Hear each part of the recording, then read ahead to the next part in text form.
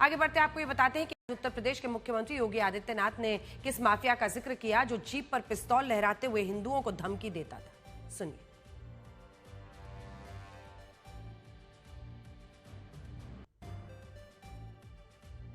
अगर कोई किसी रामलीला में, किसी यज्ञ और कथा में, किसी धार्मिक आयोजन में, रामनवमी हो, शिवरात्रि हो, जन्माष्टमी हो, रक्षाबंधन हो, इन आयोजनों में अगर किसी ने व्यवधान डाला तो पर्व तो मना ही लेगा, लेकिन उसके बाद ये तय है कि रावण और कंस जैसी दुर्गति उसकी तय है जो व्यवधान डालने वाला है।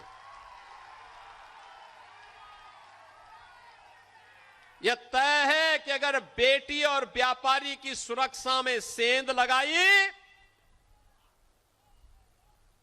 तो सेंध लगाने वाले का इंतजार तो फिर यमराज ही करेगा, बाकी किसी को नहीं करना चाहिए।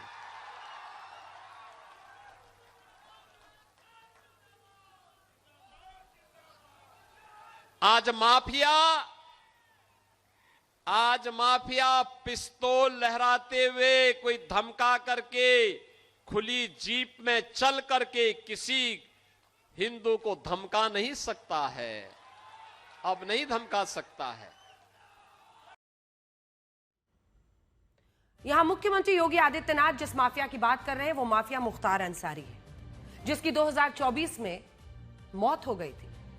तो देखिए ये तस्वीरें साल 2005, वर्ष 2005 में जब मऊ में सांप्रदायिक दंगे हुए थे, तब आरोप लगता है कि उन दंगों में मुख्तार अंसारी ऐसे ही खुली जीप में घूमकर हिंदुओं पर हमले कर रहा था।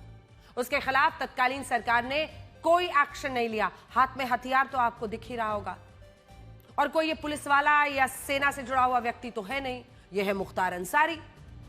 और मुख्तार अंसारी ऐसे अपना दबदबा कायम करता था। साल 2005 में देखिए कैसे ये घूम रहा है, पीछे संरक्षण है इसे मिला हुआ।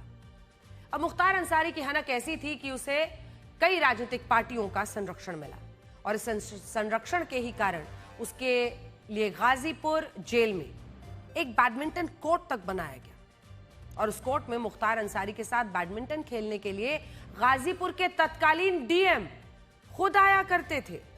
और ऐसी सिर्फ एक कहानी नहीं है, उस वक्त मुख्तार अंसारी को ताजा मछलियां बड़ी पसंद थी, जिसके लिए जेल में एक तालाब बनाया गया ताकि उसे मछली बनाकर खिलाई जा सके। और मुख्तार अंसारी के लिए एक स्पेशल कुक रखा जाता था जो सिर्फ उसके लिए खाना बनाता था। यानी पिछली सरकारों का पूरा संरक्षण इस अपराधी को मिला हुआ था। और अब जब साल 2027 के विधानसभा चुनाव नजदीक हैं, तब मुख्यमंत्री योगी आदित्यनाथ मुख्तार अंसारी और अतीक अहमद जैसे माफिया गुंडों की पूरी कुंडली खोल रहे हैं, और यह भी बता रहे हैं कि इस बार यूपी का चुनाव एक नए एम फैक्टर पर लड़ा जाएगा, और वो है माफिया फैक्टर। इसके पीछे एक बड़ा कारण यह है कि योगी राज से पहले उत्तर प्रदेश के लोग भी ये कल्पना नहीं करते थे कि मुख्तार और अतीक अहमद जैसे माफियाओं का साम्राज्य कभी मिट्टी में भी मिल सकता है। वरना सोचिए ना, जो इस तरह की हनक के साथ, पहरेदारों के साथ, हथियारबंद सुरक्षा कर्मियों के साथ ओपन जिप्सी पर लोगों को डराता था, उनका अंत होगा। लेकिन ऐसा हुआ, और अब जब वो बातें याद की जाती हैं तो सोचकर हैरानी होती है कि माफिया उस वक्त खुले कैसे घूमते थे। उदाहरण के लिए मुख्तार अंसारी ने ही साल 1996 से 2017 के बीच 5 बार विधानसभा चुनाव जीता, और इनमें भी वो 3 बार जेल से चुनाव लड़कर विधायक बना। लेकिन उस समय किसी भी विपक्षी दल को भारत का लोकतंत्र खतरे में नजर नहीं आया, और किसी को भारत के संविधान की तब चिंता नहीं हुई। संविधान लेकर कोई नहीं घूमा। मऊ के जिन सांप्रदायिक दंगों में 7 लोग मारे गए थे, उन दंगों में मुख्तार अंसारी की भूमिका होते हुए भी सिर्फ मुस्लिम वोटों के लिए मायावती ने 2007 में मुख्तार अंसारी को अपनी पार्टी में शामिल कर लिया, और 2009 में मुख्तार अंसारी ने बीएसपी के टिकट पर जेल से लोकसभा का चुनाव लड़ा।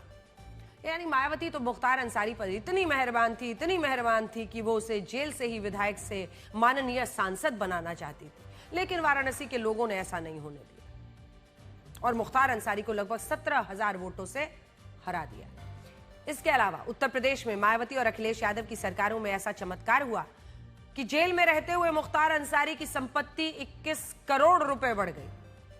जेल में रहते हुए साल 2007 में जब मायावती उत्तर प्रदेश की मुख्यमंत्री बनी तब मुख्तार अंसारी की कुल संपत्ति थी लगभग 82 लाख रुपए। लेकिन साल 2017 में जब अखिलेश यादव मुख्यमंत्री के पद से हटे तब तक मुख्तार अंसारी की यही संपत्ति लगभग 22 करोड़ रुपए की हो चुकी थी। यानी जो व्यक्ति 2005 से कभी जेल से बाहर आया ही नहीं था, उसकी संपत्ति बीएसपी और समाजवादी पार्टी की सरकारों में जेल में रहते रहते 21 करोड़ रुपए बढ़ गई और ये इतना बड़ा चमत्कार हो गया।